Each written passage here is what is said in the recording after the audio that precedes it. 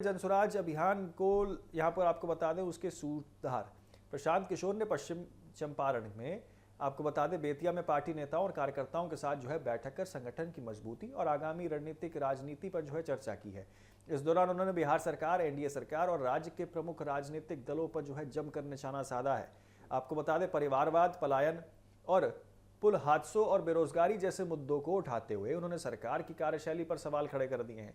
दरअसल आपको बता दें मुजफ्फरपुर अग्निकांड के बाद स्वास्थ्य मंत्री के दिल्ली जाने के मुद्दे पर प्रतिक्रिया देते हुए प्रशांत किशोर ने कहा कि बिहार पहले भी ऐसी बड़ी घटनाओं का गवाह रह चुका है, लेकिन जिम्मेदार लोगों की ओर से कभी गंभीर जवाबदेही नहीं देखने को मिली। उन्होंने कहा कि जनता को केवल बयान नहीं बल्कि ठोस कार्रवाई की जरूरत है। परिवारवाद के मुद्दे पर हमला बोलते हुए प्रशांत किशोर ने बिहार की लगभग सभी प्रमुख राजनीतिक पार्टियों को निशाने पर ले आए। उन्होंने कहा कि जो नेता वर्षों तक परिवारवाद के खिलाफ बोलता रहा, आज उनके परिवार के सदस्य ही सत्ता और राजनीति में महत्वाकांक्षी पद पर और महत्वपूर्ण पद पर बैठे हुए नजर आ रहे हैं।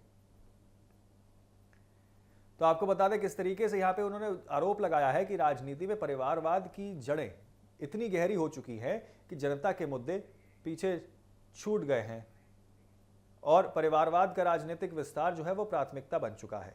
आपको बता दें कि उन्होंने कहा है कि नेताओं से ज्यादा जिम्मेदारी जनता की होती है, क्योंकि वोट के जरिए ऐसी नेताओं की चुना जाता है। प्रशांत किशोर का कहना है कि जब तक लोग यहाँ पर लाभ की और जातीय समीकरण के आधार पर मतदान करते रहेंगे, तब तक आपको बता दें राजनीतिक व्यवस्था में बड़ा बदलाव संभव नहीं हो सकता। तो वहीं पलायन और मजदूरों की मौत का मुद्दा उठाते हुए उन्होंने कहा कि बिहार में बड़ी संख्या में युवा वो मौजूद हैं, युवा रोजगार हैं और इसी के चलते आपको बता दें कि दूसरे राज्यों में जाने को मजबूर होते हैं। उन्होंने दावा किया है कि हाल ही महीनों में विभिन्न राज्यों में कई बिहारी मजदूरों और युवाओं की मौत हो गई है, लेकिन इस पर सरकार की ओर से कोई अपेक्षित संवेदनशीलता नहीं दिखाई दी है।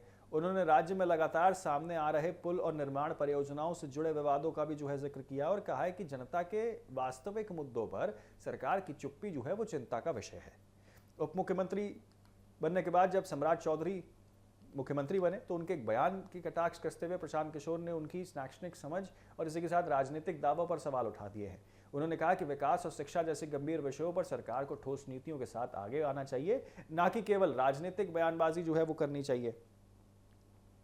आपको बता दें कि बांकीपुर विधानसभा उपचुनाव को लेकर भी प्रशांत किशोर ने बड़ा दावा किया। उन्होंने कहा कि चुनाव केवल एक सीट का चुनाव नहीं बल्कि एनडीए सरकार के वादों और दावों पर जनता का जनमत संग्रह साबित होता है। रोजगार, शिक्षा और पलायन रोकने और भ्रष्टाचार खत्म करने जैसे मुद्दों पर जनता अपना फैसला वो सुनाएगी।